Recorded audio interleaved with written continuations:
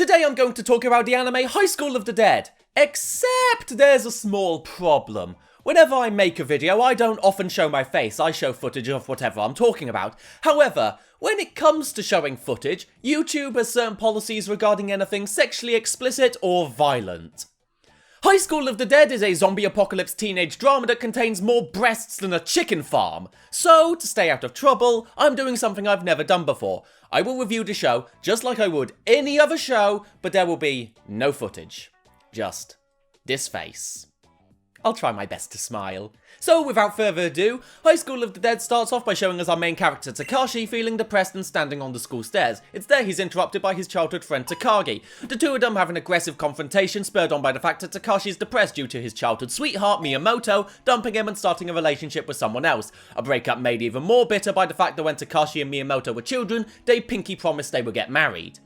Because that plot point has a sense of realism. Why would I marry you? That's an incredibly complicated social and legal commitment to make. Not to mention, we were 6 years old at the time. But we pinky promised! After Takagi leaves, Takashi notices one of the teachers getting killed at the school gate. This then leads him to run to Miyamoto's classroom and telling her that they need to run away.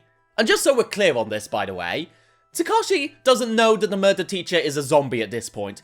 He just assumes a crisis is going down, proceeds to not alert any of the teachers or even the relevant authorities, instead running to his sweetheart's classroom, his ex-sweetheart's classroom, mind you, to take her out of lessons, also slaps her for no reason, and then saying that they need to grab some weapons.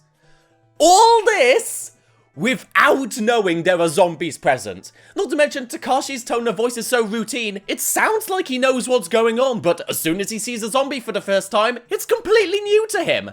Oh, actually, while we're on the subject, this show doesn't like to use the term zombies. They prefer to use the cliched and pretentious term dem.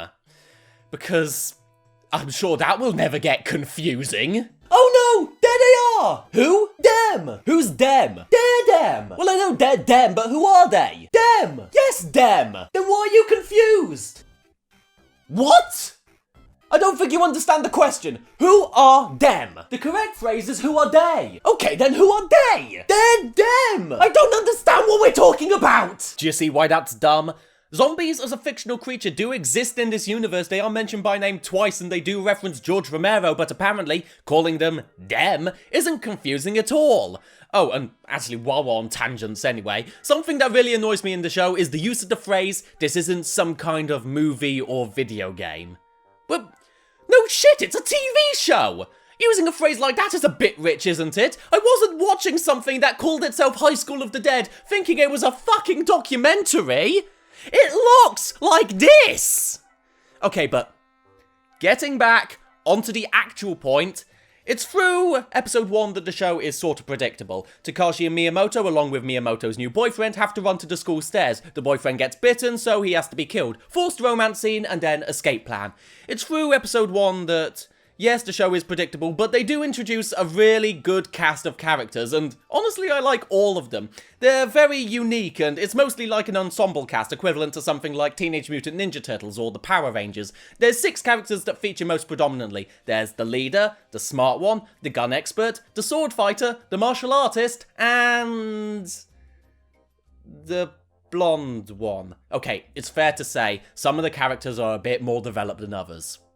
Unless, of course, we're talking about puberty, in which case all these characters are very developed, if you know what I mean. As I mentioned at the top of this video, this is a show with a lot of sexually explicit content. Every female character has excessive cleavage, every other minute is an upskirt shot. This show wants to bombard you with pussy. As I have said time and time again in other reviews, I do not like fan service of this kind. It's distracting, it's often unnecessary, and in many cases it's outright ridiculous. Now let me spend the next minute and a half trying to explain how High School of the Dead does it right. In this show, it is a mostly fast-paced action show, and in any other show like that, it might cut away from the action to show off some munter in a swimming costume because apparently a high-stakes gunfight wasn't titillating enough for us, but in High School of the Dead, the fanservice comes and goes as quickly as a punch is thrown. It's honestly blink and you'll miss it kind of stuff, and it never gets in the way of the pacing. Would the show be of the same quality without the fanservice? Absolutely, but Did the fan service get in the way of my enjoyment? Surprisingly, no. Admittedly, there are these slower-paced moments of the show where the fan service gets increased quite drastically, but again, it doesn't distract away from the pacing of the show. Although, the fact that the fan service didn't bother me might have something to do with the fact that I've been living on my own for the past 2 years now. By consequence, I've been watching quite a lot more porn than I used to.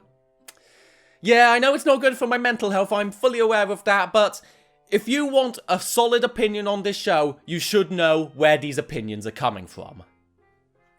Having a porn addiction never did anyone any harm. It didn't do me any harm, certainly.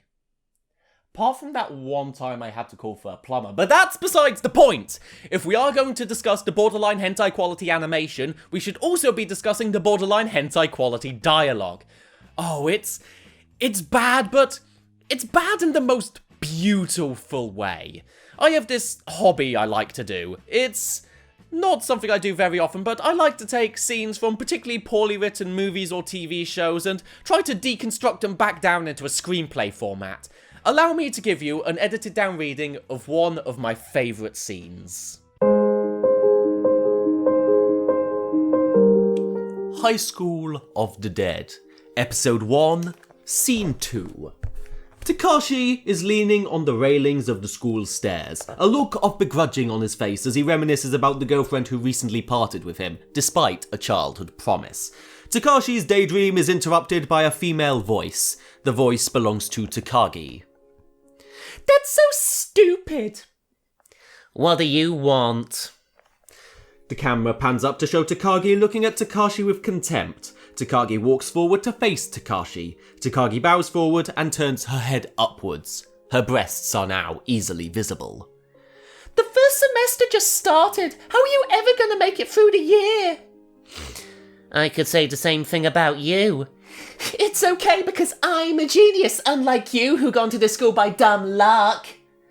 Takagi, why do you always diss me like this?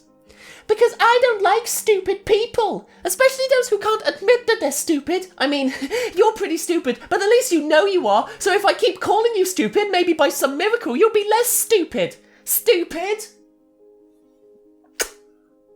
Shakespeare would be proud. The scene I just described was the same in English and Japanese, so don't go around saying the translators did a bad job. Yes, I was watching mostly the English version, but it's called High School of the Dead. The original language translation is still dumb.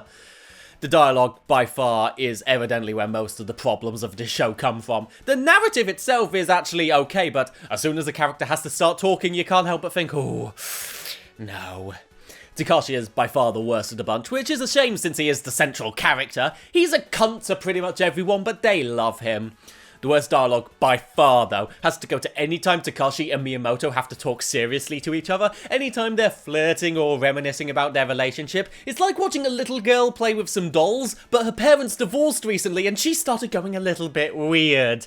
Takashi is evidently upset about losing his girlfriend, and he does like to remind the other characters about it, but if I met this guy in real life, I would love to tell him to get the fuck over it! There are 3 other girls in this show practically begging for Takashi's cock, but the only girl he's interested in is the one who hates him!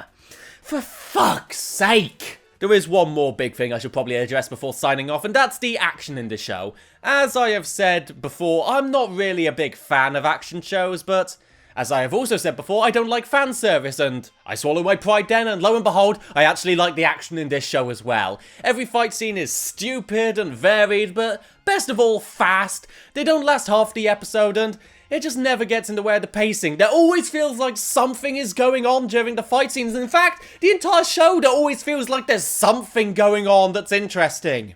Although, now that I'm saying that out loud, that might not be 100% a good thing. There are a few moments, not many, but a few, where it's kind of evident that they're padding for time to make the full episode length, but a lot of these scenes are really out of place or out of tone to the rest of the episode, so one moment will be something like, "We need to save that little girl, but there are zombies everywhere!" But then another character will go, "Hang on, I need to take a piss."